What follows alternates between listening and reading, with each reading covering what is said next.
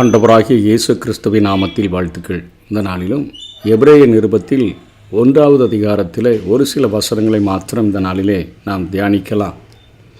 பூர்வ காலங்களில் பங்கு பங்காகவும் வகை வகையாகவும் தீர்க்கதரிசிகள் மூலமாய் பிதாக்களுக்கு திருவுளம் பற்றின தேவன் இந்த கடைசி நாட்களில் குமாரன் மூலமாய் நமக்கு திருவுளம் பற்றினார். இவரை சர்வத்துக்கும் சுதந்திரவாளியாக நியமித்தார். இவரை கொண்டு உலகங்களையும் உண்டாக்கினார் என்று சொல்லி இங்கே எபிரேயாக்கியோன் எபிரேயர்களுக்கு எழுதுகிறதை நாம் பார்க்கிறோம். பூர்வ காலங்களில் என்று சொன்னால் ஆதி நாட்களில், அதாவது பழைய ஏற்பாட்டில் வாழ்ந்த பரிசுத்தவான்களின் நாட்களில் பங்கு பங்காக முழுமையாக முழு திட்டத்தை வெளிப்படுத்தாதபடி பங்கு பங்காக வகை வகையாக தீர்க்கதரிசிகள் மூலமாய் பிதாக்களுக்கு திருவுளம் பற்றின தேவன்தான் பேசினார் என்று சொல்லி நாம் பார்க்க முடிகிறது. 2 பேதுரு 1வது அதிகாரம் 21வது வசனத்தில் தீர்க்க தரிசனமானது ஒரு காலத்திலும் மனுஷருடைய சித்தத்தினாலே உண்டாகவில்லை, தேவனுடைய பரிசுத்த மனிதர்கள் பரிசுத்த ஆவியினாலே ஏவப்பட்டு பேசினார்கள் என்று பார்க்கிறோம். இயேசு கிறிஸ்துவும் சத்ருவினுடைய அந்த சோதனையின் மத்தியில் ஒரு மனிதன் அப்பத்தினாலே மாத்திரமல்ல, தேவனுடைய வாயிலிருந்து புறப்படுகிற ஒவ்வொரு வார்த்தையினாலும் பிழைப்பான் என்று சொல்லி பழைய ஏற்பாட்டில் எழுதப்பட்ட அநேக வார்த்தைகளைத்தான் அங்கே எடுத்து அவர் பேசி சத்துருவை மேற்கொள்ளுகிறதை நாம் பார்க்கிறோம்.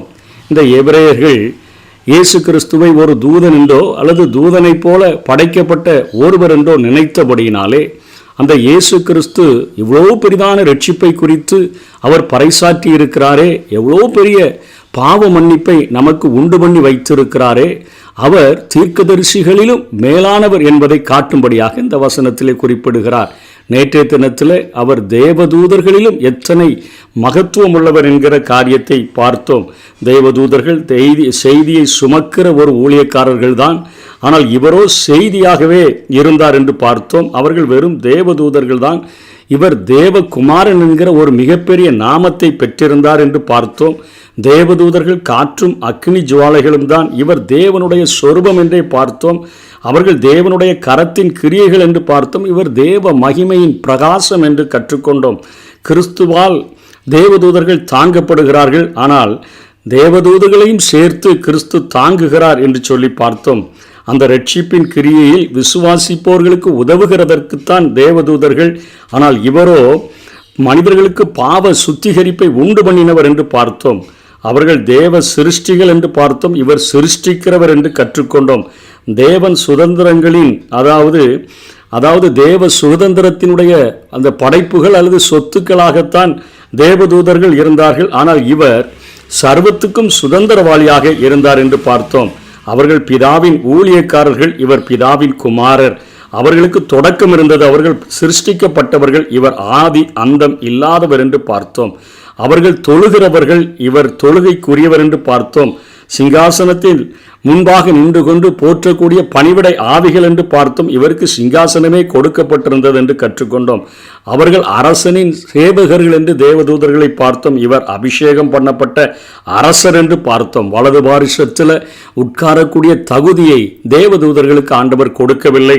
இயேசு கிறிஸ்துவ வலது பாரிசத்தில் உட்காரும் அந்த தகுதியை பெற்றவர் என்று சொல்லி நாம் பார்த்தோம். தேவதூதர்களிலும் மிகவும் பெரியவராக செய்தியை சுமந்து வருகிற, உதவி செய்கிற, ஆராதிக்கக்கூடிய அந்த தேவதூதர்களை பார்க்கிலும் பெரிய இயேசு தான், அந்த உயர்ந்தவர் தான், அந்த உன்னதமானவர் தான் இப்பொழுது அந்த ரட்சிப்பின் செய்தியை அறிவித்திருக்கிறார். இதை தான் 2வது அதிகாரத்தில் நாம் கேட்டவைகளை விட்டு விலகாதபடி அவைகளை மிகுந்த ஜாக்கிரதையாய் கவனிக்க வேண்டும் என்று சொல்லித்தான் அங்கே இவ்வளோ பெரிதான ரட்சிப்பை குறித்து கவலையற்று இருப்போமானால் தண்டனைக்கு எப்படி தப்பித்து கொள்வோம்?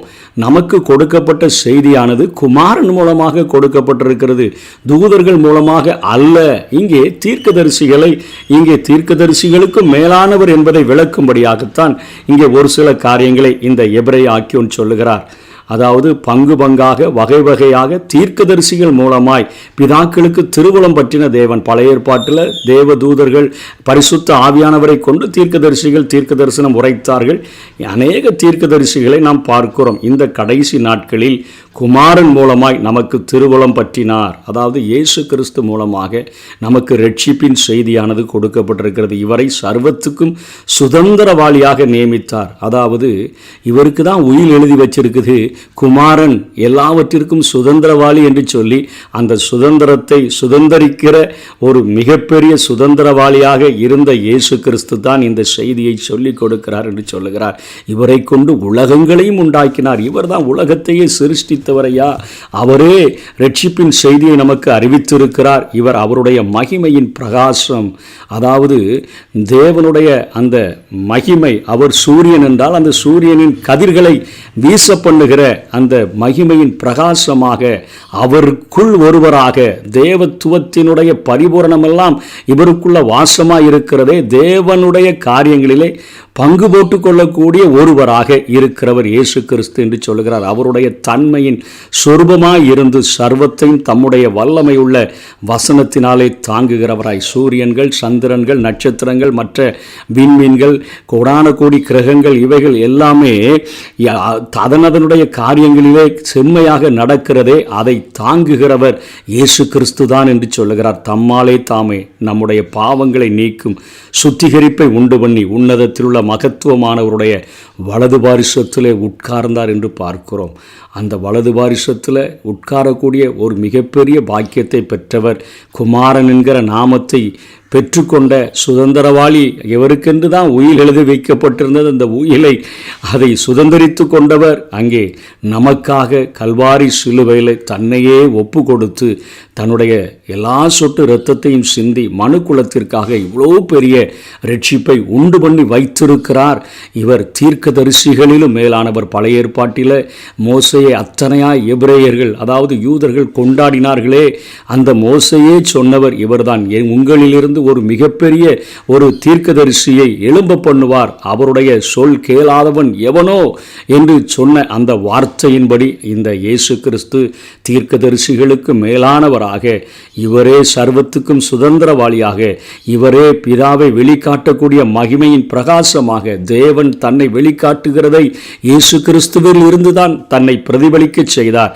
ஆகவே அப்படிப்பட்ட ஒரு தன்மையின் சொரூபமாக சர்வத்தையும் தம்முடைய வல்லமை உள்ள வசனத்தினாலே உலகங்களை உண்டாக்கினவர், உலகங்களை தாங்கி அதனுடைய பாதையிலே அதனுடைய ஓட்டத்திலே ஓடச் செய்கிற ஒரு இயேசு கிறிஸ்து, அவரே நமக்காக ரட்சிப்பின் காரியத்தை ஏற்படுத்தி பாவத்தை நீக்குகிற ஒரு சுத்திகரிப்பை உண்டு பண்ணி நமக்காக இன்றைக்கும் பிதாவினுடைய அந்த வலது பாரிசத்தில் உட்கார்ந்திருக்கிறார். பிரதான ஆசாரியன் என்கிற வேலையை செய்கிறார். தீர்க்கதரிசிகளை விட மேலானவருடைய சத்தியத்தை பெற்றிருக்கிற நாம் இவ்வளவு பெரிய ரட்சிப்பை குறித்து, இவ்வளவு பெரிதான ரட்சிப்பை குறித்து கவலையற்றிருப்போமானால் தண்டனைக்கு எப்படி தப்பித்துக் கொள்வோம்? ஆகவே நமக்கு கொடுக்கப்பட்ட இந்த நாட்களிலே இன்று அவருடைய சத்தத்தை கேட்பீர்களாகில் வனாந்தரத்தில் கோபமூட்டினது போல, அந்த சோதனை நாட்களில் நடந்தது போல உங்கள் இருதயத்தை கடினப்படுத்த வேண்டாம்.